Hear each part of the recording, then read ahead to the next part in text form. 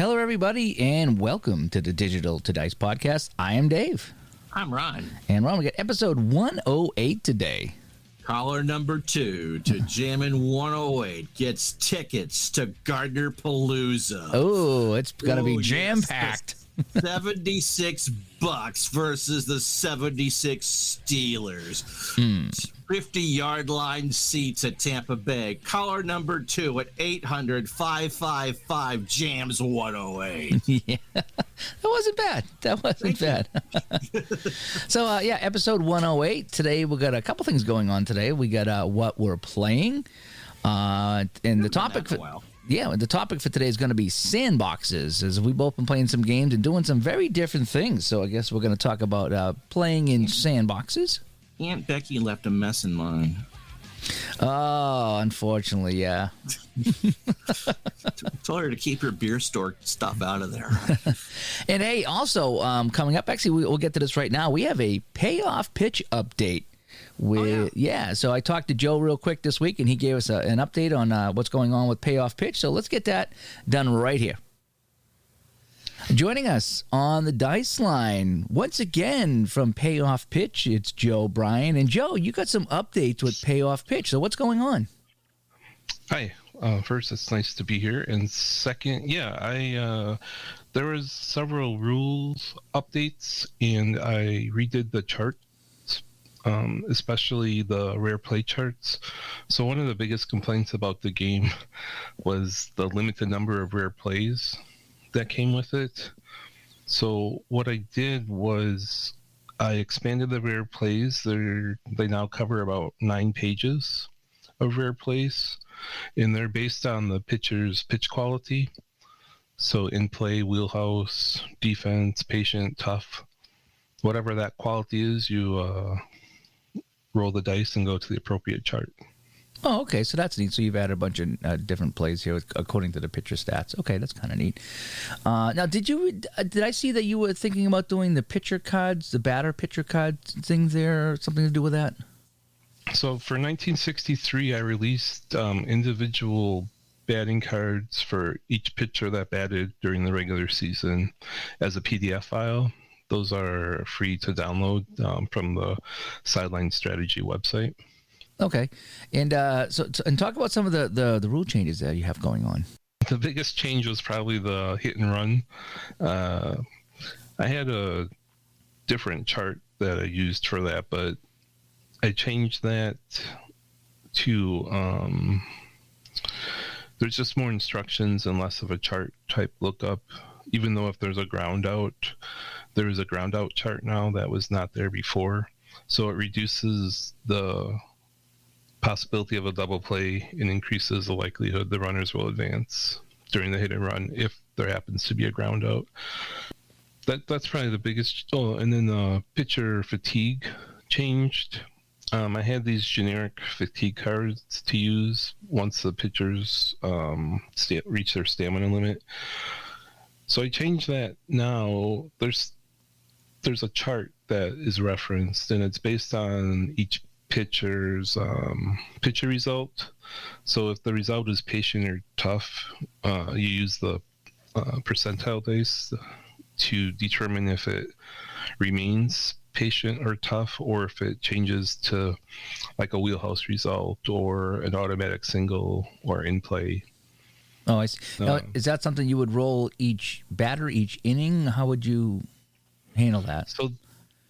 So when the pitcher is considered fatigued, whether you're using the instructions provided by the game or your own house rule, however you want to do it, whenever the pitcher result is patient or tough, instead of going to the batter's card, you would just look at the chart and see if it stays patient or if it changes to a different category.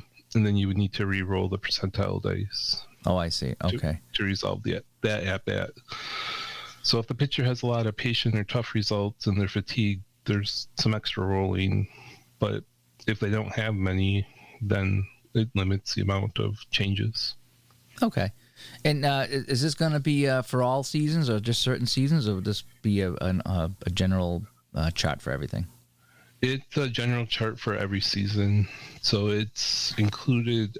I print the chart on the batter cards, same as the player cards, I mean. So the chart is on there. It's a little small on that card, so I also include it on the new charts that were released, the updated charts. So on the, I think it's on the back of one of the rare play results, there's the injury and pitcher rest chart. I also added the fatigue pitcher charts to that page, and they're much larger and easier to read. At least for me, I have terrible eyes, so I try to make everything as big as I can. Okay. Now, can these all be found at the website? Yes. So the updated charts are actually part of they're just in the game parts. So, especially for the printed costs, there's a large cost to supply those, especially now that the charts especially the rare play charts have expanded to 9 pages just themselves. So I do have to charge for them, but you can buy the printed charts for $11, including postage right now. And if you buy them with another printed season or order, I take $5 off of that price to cover what the postage would be. Okay. And then the PDF parts, I marked those down to just $3 right now, so anyone can get the PDF game for just $3. And I figured that was a good compromise. I hope most people seem to agree. Yeah. Okay. So if you wanted to get all the updated features that you just added, it'd be $3 to print them all out. Yeah. To download them and print them is what I should say. To download them, and just $11 to get the printed charts. Okay. And a rule book is included with that. Okay. Too. Okay. So, good. How has the feedback been on the new rules? Very positive, and very popular. I should probably apologize to your listeners because just the amount of orders that have been coming in, I haven't been able to keep up with them. And I just got back actually from the printer today to pick up another order of charts and rule books. So I have for the past couple of weeks, I've had 20 or more open orders every day. So it's just, and those are just the printed ones. That doesn't count all the PDF orders. So it's crazy. It's a good thing. It's a good thing, but it is a crazy thing. Yeah, especially, and it's my busy time at work. So I'm working 12, 13 hours at work and then trying to get home and do that pack as well. Orders. Yeah. It doesn't always work as well as I hope. All right. Well, just do your best, just communicate with your customers. You do a good job of that on Facebook and email and the whole bit. And just, the big thing is keeping in touch. Right now, every place is experiencing shortages, and as you know, and when people just communicate with you, it's better than not communicating. So just keep doing that. Keep doing that. Yeah. And I try to send out notes when it's going to be more than a couple of days before I can send an order out. I do try to send everyone a note that there's a delay in when they can expect to receive it. So I got to get that 1980 season. I didn't pull the trigger on that. I got busy with some other things, but I know you just released that, so I definitely got to get that. But anyway, so yeah, and I have 2001 should be out later this month, and then I actually do have if you go to the Payoff Pitch baseball community, there's I have a post out there asking what season should be next after 2001. So. Oh, fantastic. All right. Well, there's a quick Payoff Pitch update. You guys want to head over to the website and check that out. And Joe, thanks for coming on and updating us on your game. Thanks, Dave. Anytime. So thanks to Joe for that update on Payoff Pitch. And I know that's one of my favorite baseball games, so I'm going to have to go and check out some of those updates myself. So anyway, should we move on to what we're playing? Absolutely.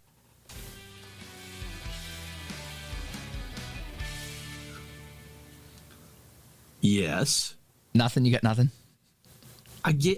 We hadn't done Aunt Becky jokes in weeks, and I did it in the open. All right, we'll let you slide on that one. Gosh. Way to pay attention, God. I'm doing what I can. Yeah. Anyway, so what we're playing here? Let's see. I am playing both of the mogul games, baseball mogul, and football mogul. Spark to do the topic for today's show. So yeah, it was. As I was playing around in them, I was like, you know something? I'm doing a lot of different things in these games than I usually do when I play. Usually, I pick a team or a season and go with it, but I'm enjoying the simplicity of baseball mogul and football mogul, and I don't mean that in a derogatory way. They're very fun games. I've managed to, some of these games, it take a while to learn, and they got a learning curve. You get stuck, you get asked for help, and I'm pretty much figured out these games. And if I need to, I go to the help file, and I'll get help there. But boy, I'm having fun, so much fun with that. And a couple times I had to message Clay to clarify one or two things there, but I think by the time he get back to me, I'd figured it out anyway. But I'm really enjoying that. I got so many different little things going on with that. I started a baseball project, and I think I did 76. I'm doing 1976, and I took the Red Sox, and I put Reggie Jackson and Mark Fidrets on the Red Sox. And I've done this before in Action PC baseball, and I never got too far with it. But I put them here in Baseball Mogul in 76. And it's been fun. The thing about what I really like about these Mogul games is you can really play these as slow or as fast as you want. Absolutely. And there's, again, Clay's games are well set up to be that there's no wrong way to play. And, yeah. Yeah, it's been fun because with the baseball, what I like to do is when I'm at the plate, I'll hit the bat button and just let the bat resolve in one pitch as I do, and then I make my decisions from there. But when I'm pitching, though, sometimes what I like to do is I like to just hit the forward button, and one button resolves the batter with no animation or anything. It's just like, here's what happened. Chet Lemon grounded out. Okay, next batter's up is this guy, Mickey Rivers. Click, Mickey Rivers popped out. Okay, now it's Thurman Munson. Click, Thurman Munson struck out. Now I'm at bat again, and it's that fast, and you can simulate a half inning, a whole inning, each at bat. It's and sometimes when I'm playing along, if the game's out of hand, I'll just hit the half inning button. And boom, now it's I'm back up to bat again, or I'm in the field again, and it's really cool how you can do that. But then late in the game when it's close, I'll come back and I'll go into player mode where I will pitch by pitch with my pitcher, choosing my pitch and my location. I love that aspect of it. It is such a fun way to play where it's like you're cruising along and then put on the brakes, stop, focus here. Okay. It kind of takes the best part of, I think, the console game for me, which was pitching. Mm-hmm. And you're able to do that with something with some statistical accuracy behind it. And it's not, not every pitch is going to go where it's supposed to go. Mm-hmm. But really, for me, is there, and being able to guess the pitch while you're batting. Yeah, batting, you say, okay, well, what pitch is coming, and then where I think he's going to hit it, pitch it, and then that's where you swing your bat. And so I find that to be harder. I could never bat in any of the video games anyway, but that's there if you want it. You don't have to be correct, though. I'm not sure. You can actually change that in the settings. I don't know if you've seen this or not. To be either more, if you guess right, you can change it to be more to your benefit. I think it's neutral right now. I think it's just there. A lot of it's there for window dressing, but it makes you feel kind of the way I feel when I play strat hockey. It makes you feel like a player as opposed to the disembodied. Yeah. Well, they got the 3 modes in there. You can play the GM mode, and you sit back and just watch the game play out, like pitch, boom, boom, boom, boom, boom, boom. One pitch at bat, and there you go. Or you can be the coach, and that's where things slow down a little bit. Or you can be the player, and that's when you can throw pitch by pitch, or you can bat pitch by pitch. So I really like what that does. The ease of moving guys around has been fun. It comes with all the seasons. I forget how far back it goes, but it comes with a lot of seasons for baseball. Baseball goes to 1901. Okay, that's good. So the itsy bitsy spiders aren't involved. Yeah, no spider. And football goes back to 51 the Hinton merger, 1950, which was the AAFC, All-American Football Conference, and the NFL. Everyone thinks the big merger was 1970, which of course was the AFL and NFL. But there were 4 teams that jumped from when they merged: the Cleveland Browns, the San Francisco 49ers, the original Baltimore Colts, and I want to say the Dallas Texans, which became the Baltimore Colts. But yes, Cleveland and San Francisco came out of that merger. And so he's got everything from 50 forward. Yeah. So I've been playing this the football mogul too as well, and that's been fun. And I'll get into more of that in the Sandbox part of the show because I've been really, really doing some really fun things with that there. But so I've been playing both of those. Those have been really, really fun, and I've done some videos on those on my channel there. And also I picked up the new Action PC Hockey 2021 that come out Thursday night, I believe it was. So late Thursday night, he worked on that one till I'd gone to bed. I was surprised when I woke up before my wife got home from work that our dear friend Al was showing it off at 11:30 at night. Yeah, I was in bed myself. Some rude person kept telling me that it was my job to let them know when it came out, and I did it to the best of my ability because I wanted to grab it too to try it out. And then that rude person, as he's looking at his phone. Sounds like you. It sounds like you just didn't do your job very well. I'm about to say that rude person gave me all sorts of grief because I didn't wait up till midnight. It's like, okay, watch for my girlfriend. Was I sneak this other girl out and I know. I was trying to stay awake for it to come out so I could do a video, but eventually I had to work. It was too late. Too late. I go to bed really early Thursday night with my Fridays there, and so so I played that. That's been fun. I did some videos on that, so I talked a little bit about that. Not a huge makeover from last year. A couple things were different in there. One of the things I think that you can do this year that you haven't been able to do before is something that we'll talk about in the Sandbox project. You've talked about taking modern players and throwing them into an original 6 or maybe original 12 league. And see how they would do, the best of the best. Yeah, I'm not sure if you could do that in the past. You can do it now. I'm not sure if you could do it last year or the year before. I don't remember.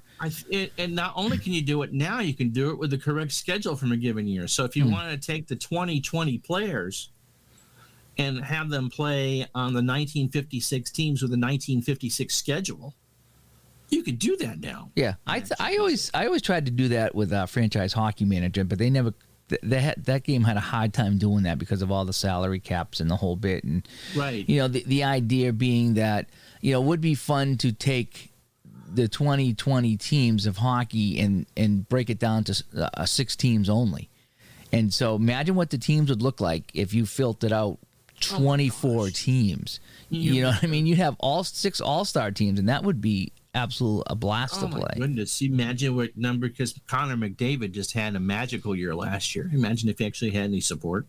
Yeah, well, that's what's fun when you see the Olympics or you see these other like nationality tournaments for hockey. Oh, well, it's not the World Cup, but the old Canada Cup. Yeah, when you saw those were on all the time, and then you see like the starting 5, and it's like, man, this is fun to watch because all 5 of those guys are on 5 different teams. And so you don't have that anymore. You don't have all the superstars on one team, and it's fun sometimes. It was Vancouver, I think, 2010. Vancouver or Salt Lake City, someone else. Think of Vancouver. It's the last one my dad went to. And they got to in the Olympics, and they got to the quarterfinals. And that's when the big countries came in the tournament. And it was 8 incredible NHL-laden national teams. Mm-hmm. I mean that was probably the greatest single, because they all 4 quarterfinals was on the same day. Maybe the greatest single day of hockey ever, because you're playing for something. You're playing for national pride too, along with. Yeah, but it's fun seeing like so many good players on the same team. So I have always tried to do that in hockey, and I haven't really done it very successfully. So I might have to give it a try here in the Action PC 2021.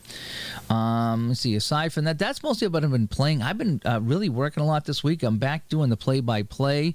I've been doing a lot. I've been on hockeytv.com quite a bit, which is neat, because I think I've done 4 or 5 games already for the USPHL. Occasionally I get on camera too. I don't like to be on camera that much, but occasionally I have to interview somebody. Your tie selection has been pretty good for that. Yeah, I try to go team colors. They're the red, white, and black. So I go red and black with my tie and my shirt collection just to make it Thank look goodness good. You're not doing the 1983 LA Kings then, because that would be Oh yeah, the purple and the yellow. That'd be something. Yeah. Yeah, margarine wrappers. Yeah. In fact, I'm back Monday. Tomorrow, I got another game update tomorrow to do. So if anybody has hockeytv.com, it's real fun. I got it for a month to check it out, and it's a whole bunch of junior games, and it's usually just single camera shots from a rink. But it's fun looking at all the rinks, especially the rinks in Canada that have like the curling circles on them and things like that. Different lines for different sports that they use up there. It's really kind of fun. I've never seen that. That'd be like coming down here to see the combo basketball volleyball courts, like in high school or something like that. Yeah, it just you see all these little circles there. You're like, oh, this is kind of weird, but it is that. I also saw a game. I don't know if it was Czechoslovakia or Russia. It was one of the. There's a league over there in Europe area that it's on hockeytv.com. And it looked like fans had thrown all kinds of junk on the ice because there was so many ads on the ice. That was ugly. You couldn't see any of the ads. It's like if it was $5 to advertise digital to dice, I wouldn't put a $5 ad on that ice because it would just get lost. It did. It looked like people threw stuff on the ice. You know how they have like the stuffed toy throws at Christmas time? That's what it looked like. It just looked like the fans had littered the ice with stuff. And it was just stuff was just everywhere. There was just ads everywhere, and you couldn't read any of them because it just hurt your eyes so bad. It just, I don't get it, but that's what they do. But so I got to watch some of that too as well. But anyway, that's pretty much what I've been playing. What have you been doing? Okay, let's see. I go right along. I had the most incredible individual performance I've ever had in a football game. This past week. People asked what it was. The 76 Buccaneers? What is it, 76 Buccaneers? Caller number 2 at 1-800-555-JAMMIN-108. Remember, tomorrow morning, cash jackpot is $778.44. No, it was San Francisco, Atlanta. The 49ers had been beat the week before, so they weren't going to do the perfect season. And you don't think about records in the middle of a game, and it's one of those things that I didn't realize it had happened until after it was done. Joe Montana compiled the perfect quarterback rating, which is 158.3, which had happened when I looked at it 71 times in real life. San Francisco took Atlanta behind the woodshed and beat them into an absolute pulp. Wow. It wasn't until I started to look at the perfect quarterback rating games that I realized what Montana really had done. In the 71 times that you've had the perfect quarterback rating, everyone had thrown at least one incompletion. Sometimes it was maybe two to four, I think was the average. Mm-hmm. Joe Montana, not only had the perfect quarterback rating, threw for over 300 yards and 5 touchdown passes.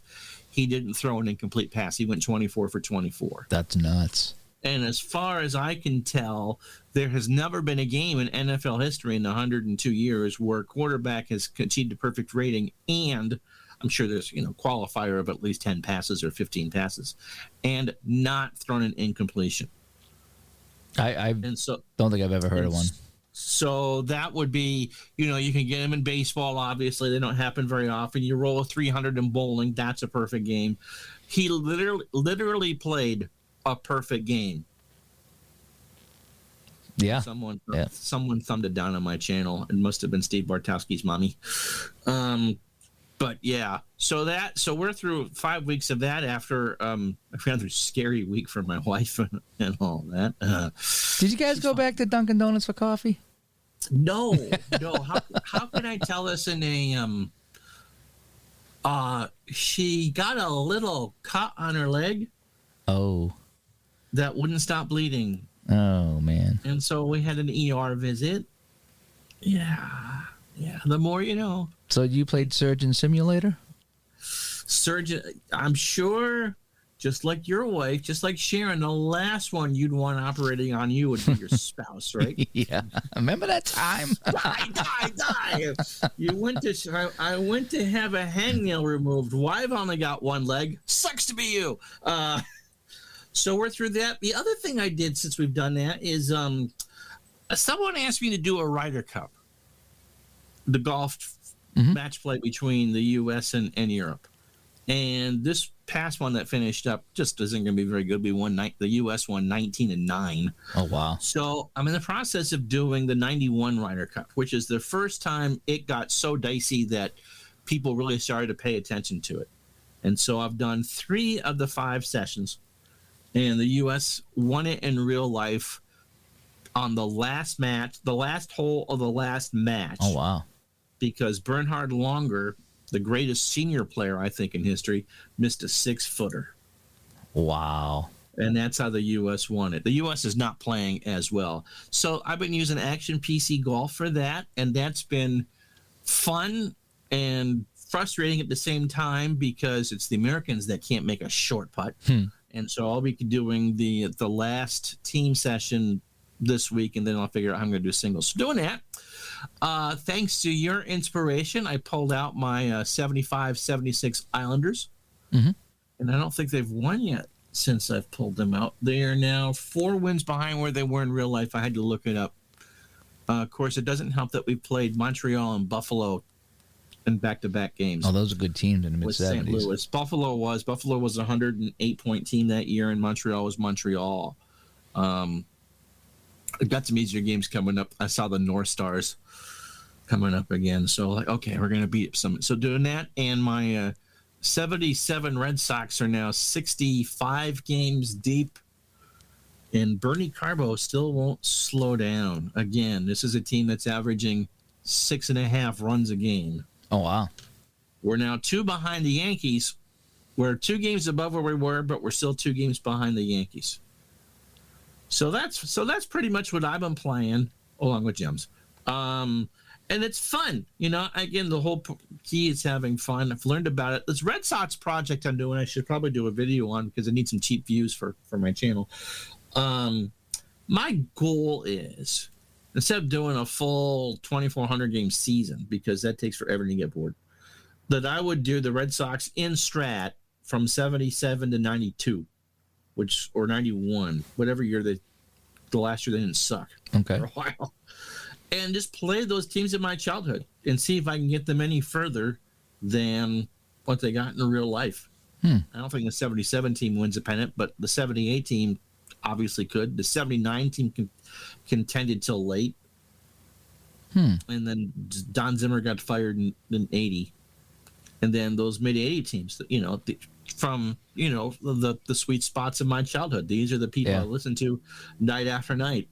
I get to cry all over again pitching Bob Stanley. I know it is. It's fun playing those, but boy, it opens up some wounds.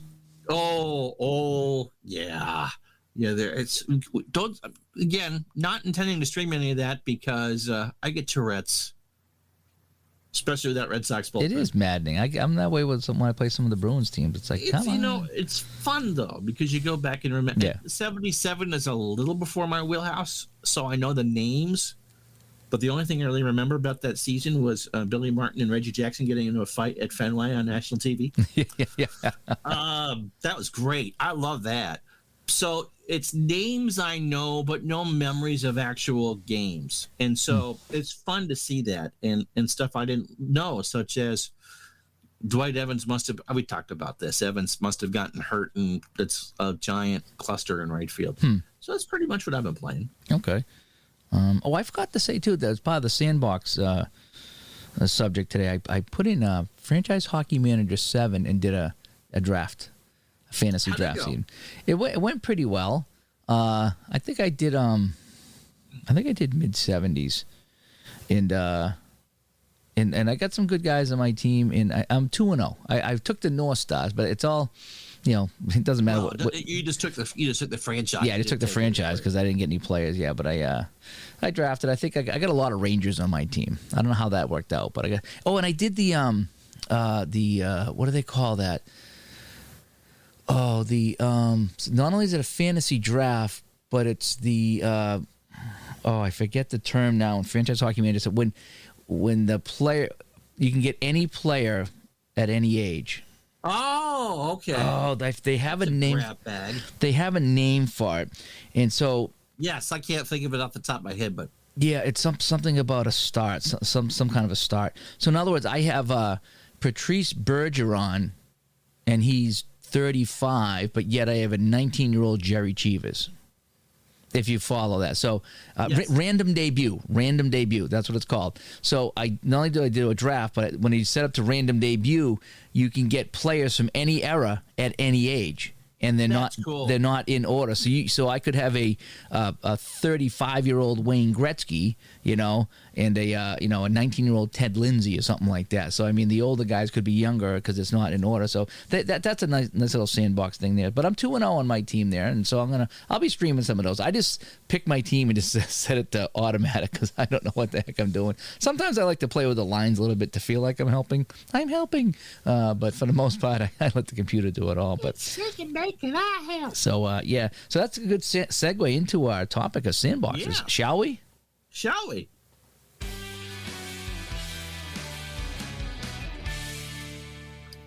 I told you, get those bottles out of there, Aunt Becky. It's my sandbox, not yours.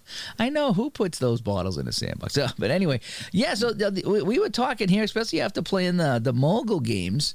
After talking to Clay, I picked up the mogul games. Hope you guys did too. Again, use that code digital, sportsmogul.com. Use that code digital to get 40% off the games. And I started to poke around. Being a casual baseball guy, I'm pretty, as far as, how I like to play my baseball games, I'm pretty particular about it because I have a short, very small wheelhouse. And I'm not, like I said, I'm not huge into the baseball stats thing. I just enjoy. Right. I'm a casual baseball guy, and so I said I always like to do that. I like to take my mid to late '70s Red Sox, and I just like Reggie. I always like Reggie Jackson, so I want to put him on my favorite team. And then I love his candy bar. And then it was good. And Fidrets too. I like Mark Fidrets. So I put them both in the Red Sox. I forget who I traded. I traded like a second or third depth chart guy for each, so I could get them on the team. I didn't know. Obviously, it's trades that would never happen. So let's just get that right out in the open there. We are well into the weeds of what if here. This is what if. This is Dave's what if. So if Reggie didn't go to, where did he go to? Was it Detroit he went to for a year? No, Baltimore. So he didn't go to Baltimore. He went to Boston for 1 year. And Fidrets, we yanked him out of Detroit as an ace. And I just wanted to just playing, having some fun with it. And I talked about how you can play the different modes in that game. So I'll speed it up until I'm at bat, and then I get to have Yaz, and then Reggie Jackson, and then Rice. That's fun for me. That is fun. That is absolutely fun. And so when I was talking to him about it, I said, Ron, boy, this is really fun here. How I could just pluck guys from other teams, put them on my team. And that's something I would not normally do. I would normally just play as a team and go along, but I'm playing these mogul games. I'm like, wow, I'm putting guys on different teams. I like how I can speed the game up and slow it down. Also I did too is in setting it up, I accidentally put the DH in the National League, not the American League. So for the first game of the season, Mark Fidrets had to hit. Oh no! I thought you got it for both legs. Until I went back and I fixed it. But I mean, so I just enjoy the sandboxiness of these games, where it's like I can put a DH in both National and American, or neither, or I can swap it. I can set it up for intercontinental play. No, that's not the right word. Intercontinental. I'm thinking Pedro Morales, intercontinental champion. I'm talking about incontinence like that. Interdivisional play. And so I did that. And Interleague. Interleague play. Okay. And I did that in the options in 76. And so Red Sox will be playing the Dodgers coming up next week. I just thought that was the coolest thing. And I know if you're doing cards and dice, that as the plane goes overhead, I know if you're playing cards and dice, you can do that, because it's on the table. You do whatever you want with cards and dice. That's right. But sometimes the PC games, a lot of them are really good about sandbox stuff. But boy, I tell you, when you could really do whatever you want. Yes. Well, I mean, obviously it's limited, but I mean, whatever you can put any player on any team. You can do it that way. You can set up an interleague play. You can put the DH anywhere. You can even set the schedule length. If I just wanted to play 20 games, I could set up for 20 games. These games do so many things that I never would consider. And it's like, wow, this is so much fun. And then the football mogul game. So I did that, and I just took a team and started playing it, and they have a mode too, so you can just play offense, and you click a play and instantly get what happened. So I can go, okay, outside run, okay, 3 yards, okay, inside run, 2 yards, okay, third and whatever, I'm going to go pass, medium pass, okay, first down. And that's how fast you can play the game. It's great. Or you can slow it down and read all the text if you want. And then on defense, I have it auto defense, so I just hit a button, and They pick a play, computer picks a defensive play, and the play's over. So I can fly through a game in like 8 or 10 minutes. And I don't mean fly through like hurry. I just mean fly through, still enjoying it, still getting all my stats, but getting through it. But anyway, what I'm getting at is that, so I started to play just regular. And then I looked and said, okay, what's this fantasy draft? Let me try the fantasy draft. Well, it's just what you think it would be. Nobody is on a team. So I went back to whatever year it was. I think I went to 75. And I started drafting my team. And it was just really fun because, especially with football, it's like, so I drafted, quarterbacks and running backs and receivers, but then it's like, well, what about my defense? I got to start drafting some defense. And then it's like, well, if I don't draft any offensive linemen, there's going to be no one to block. So it was so cool doing a football fantasy draft, thinking about, now I didn't know everybody back then, but there were some guys that's like, okay, I got to take the top rated tackle. I need a good tackle. And then I need a good guard. And, then I need a good defensive end. So I think I got like Too Tall Jones on my team and Jack Ham and guys like that. But that was so fun playing in that sandbox. And to take it a step even further with Football Mogul, if you hit the shuffle button, okay, you hit the shuffle button and it shuffles everybody like in a snow globe for that season, and it's like waking up on Christmas morning. It's a surprise. And so you go to your team, so whatever team you're controlling, it's already picked. Your team is picked, so they had the fantasy draft without you, and it was fun seeing. I think I did 84, and Dan Marino ended up on the Jets, I think, or something like that. And my team got like Walter Payton and Earl Campbell. It was cool. It was fun that I've done fantasy drafts, and I did this shuffle thing, which is an instant thing, and it's fun looking at to see where everybody landed. It really is. And so I found that I was really enjoying playing in the sandbox is the only way I can describe it, because I was just having so much fun playing with the players and the teams and like army men, moving them around, and just putting them in different places, and not just playing just the standard way I would normally play. I really dug in deep, and again, Franchise Hockey Manager, I did the same thing. I did the draft, and then I went back and did another one. That's like a game within the game. It's just the draft. Oh, absolutely. And I've said that all along. I love the Franchise Hockey Manager for their drafting, especially with that random debut. That's kind of fun because you don't know who you're going to get and where, and the year really doesn't matter at that point. And then I tried to do the same in Action PC Hockey, and that one doesn't quite work as well as the other ones. You really got to finagle that to make it work. Either that or I haven't figured it out yet, because I was having some issues. In fact, I tried to have the computer finish one of my drafts, and it went into an endless loop of no player picked, and I couldn't get out of it. I had to just go into Control-Alt-Delete and kill the program. So I don't know what I did wrong or what happened, but maybe we ran out of players. I don't know. Possible. Yeah, so I'm still learning that, but I was having some fun putting together my fantasy teams in that. But I'm finding it's just very enjoyable to kind of go off the board, so to speak. Yes. Like in Joker's Wild, landmarks, and blah blah blah. I'm gonna take Presidents for 50. I'm gonna go off the board. You know what I mean? Yeah. And that type of thing. Whereas I can, and I like moving teams around in different divisions sometimes. Just to make it kind of fun, so just this whole idea of sandbox stuff is really just, I don't want to say getting crazy. Sometimes I get crazy, but just getting creative. You can with it. I think creative is the word. We've all done to some extent. You go through, especially when you first get into gaming. I can put Reggie Jackson on the Red Sox? Yeah, there's nothing wrong with that. Wow. Or I can play, I can build up my 86 Red Sox. I can take, Dwight Gooden didn't want to pitch in New York anymore, so he got to Boston. So my front three is Clemens, Hurst, and Gooden. Oh, good luck. I think we've all done that. Or Microleague actually came up on S.T. Patrick's Sports Sims thing.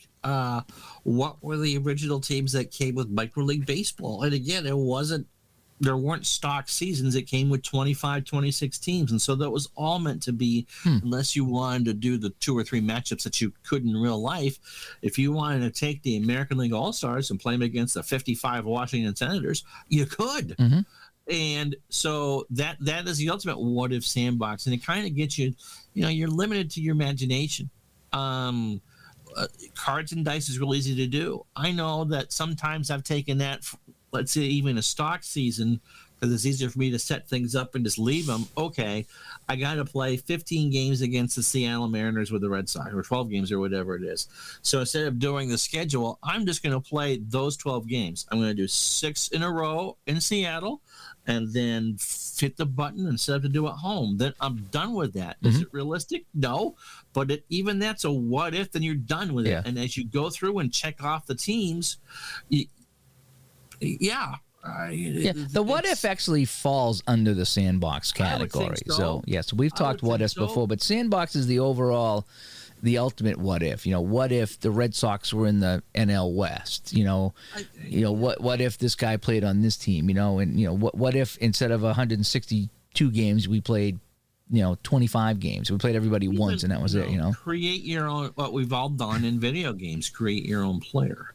Yeah, I did that in Action PC Hockey last year. I took a whole bunch of players in my league, and I changed names of NHL players to guys in my hockey league, created logos in the game for my teams, and then played them out. And I did them on YouTube, and I showed the league. It was kind of fun because I was doing a game with all the guys in my local league.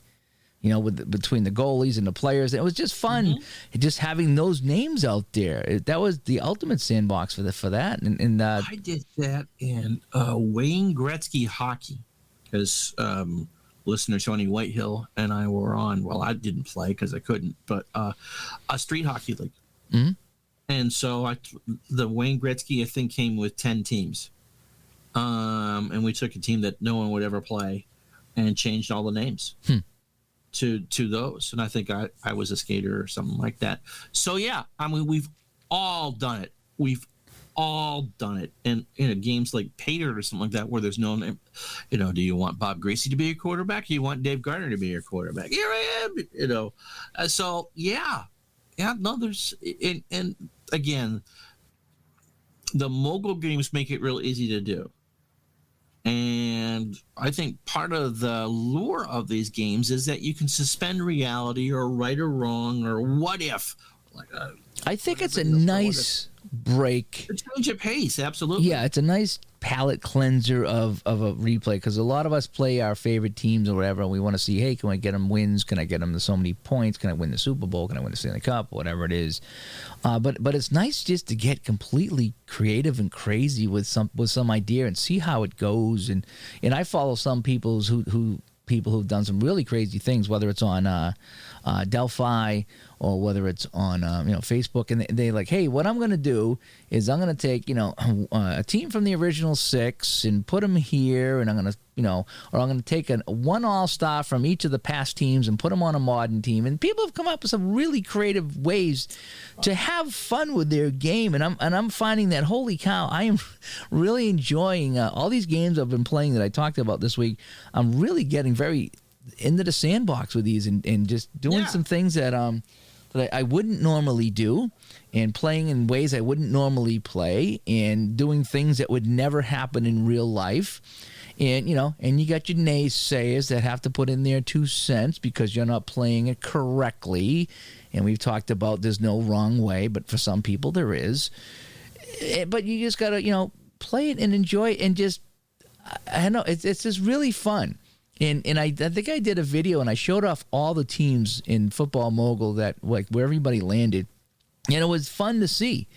That, oh, wow, this team's going to do real well. Look at their quarterback and their running back. And this team's got nobody. And it is just really fun to do that. And when I had the DH taken off in the American League by accident and Fidrich had to hit, I mean, it's like I did that by mistake. But it's like, I might actually leave that in. That might be kind of fun. I mean, I'm getting crazy. I might as well go all the way. You'll enjoy that for about 3 games.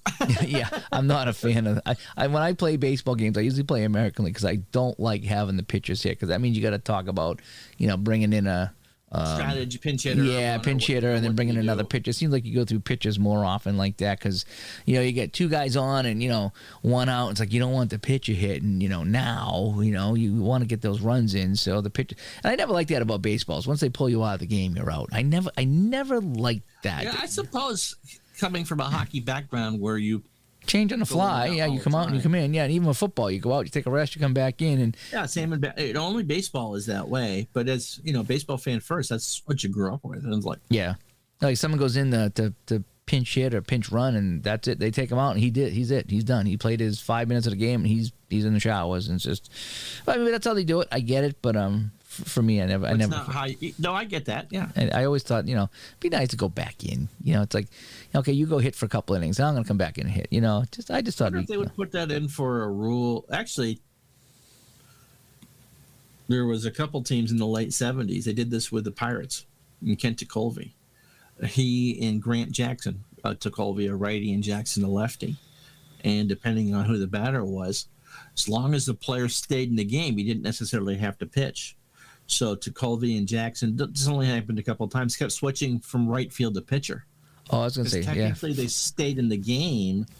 And so, left at the plate. Okay, Mr. Jackson, you can come in to face him, and because as long as you're in, it's unlimited what you can do. Yeah, you can swap position. Anybody can pitch, I guess, right? Right. Yes, technically anybody can pitch. So why not? Did they change that rule? The chance of burning a pitcher in the outfield. Is that still in the game? Or is that? Of course, you can do that. I would think put them at first base, because that way they could just, No, because you usually have a good hitter at first.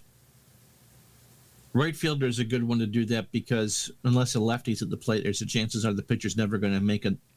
You're going to do it in a situation where you don't want. That's interesting, though. That's putting two pitchers out in the field, righty and a lefty. Boy, that's ingenious.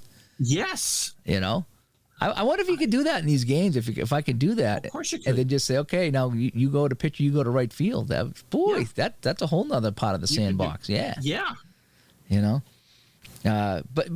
So I mean, it's been fun playing these games and pushing the boundaries of what you can do and getting into some crazy unrealistic situations with teams and players or creating players. I like putting myself on teams once in a while. I put you on one of my OTP teams as my closer, as a pitcher there. So it's fun when you do some of that stuff there. But boy, I tell you, just the idea of playing these games and just, again, sitting in the sandbox with your pail and shovel and just making it yours. Making it absolutely yours.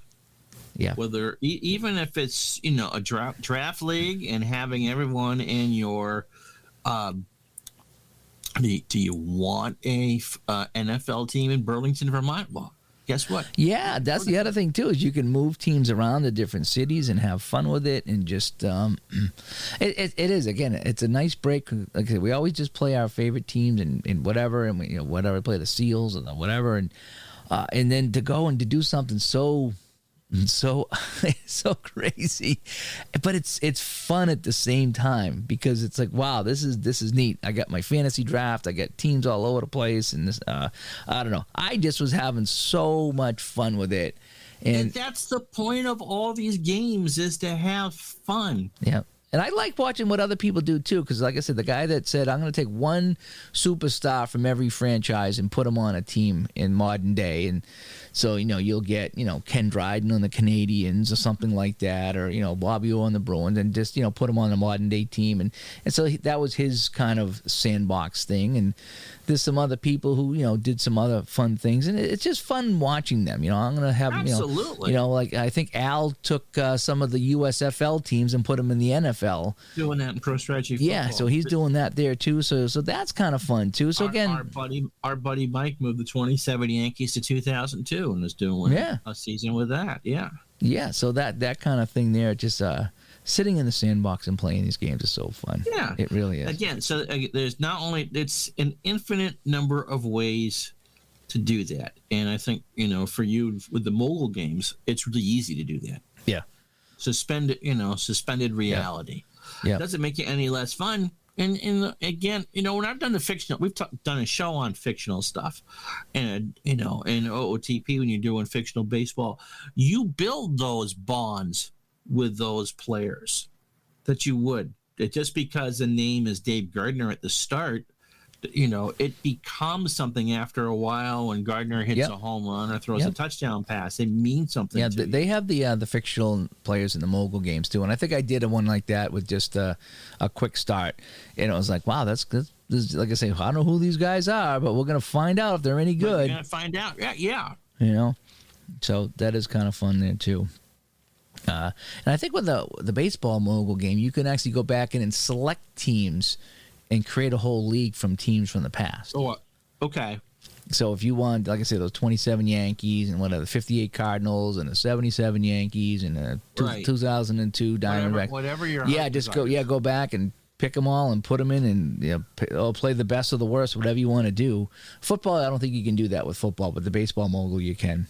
But you can do the shuffle draft or whatever. Yeah, and again, you can start any year you want and do whatever. But yeah, it's so much fun. Yeah, so the fictional players, the what ifs, they all fall into the Sandbox category, and I think it's just because it's so different. I'm kind of doing it with a smile on my face, and I'm not getting very upset about the wins and losses because I'm in this alternate universe. I can't get mad because it's not anything that's part of my. It's just some complete craziness, and it's just enjoying the silliness of it. I guess what it is, it's kind of silly, doing stuff like this, and it just puts a smile on my face, and it's been really, really fun. So good for you. Yeah, that's what it's all about. Yeah. So anyway, so we want to know what do you guys think? Do you guys do the what ifs as part of the Sandbox? What kind of crazy things have you done? And have you got any flack for it? Because some people, will give you some flack for trying to do something out of the ordinary, let's say. But so what fun things have you done in a Sandbox that you've enjoyed? What things did you do that maybe didn't work out so well? Because I've tried a few of these things here. It's like, well, that's not very fun, so I'm not going to do that. But most of the stuff I've done has been fun as another plane goes flying overhead on this nice October day by the airport. Mm-hmm. I should tell them when I'm recording so they put a no-fly zone over the house, Okay. So anyway, let's wrap things up, shall we? Yep, absolutely. By the numbers, this has been episode 108 of the Digital to Dice podcast. Ways to get a hold of us. digitaltodice.com is our website.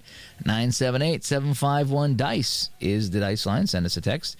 digitaltodice@yahoo.com is our email. And over on Facebook, facebook.com/groups/digital2dice. Again, thanks to Joe for joining us from Payoff Pitch as he gets an update on his game. So check that out. Great changes Yep, for sure. Some fun changes for that game there. I can't wait to check those out. And Ron, once again, thanks for filling in this week on the show. Filling in, huh? Filling in. As always, Mr. Gardner. You look good. You had that flu shot. You look all right. Does your bum still hurt from the shot? Only from your last visit. Say bye, Ron. Goodbye, Ron.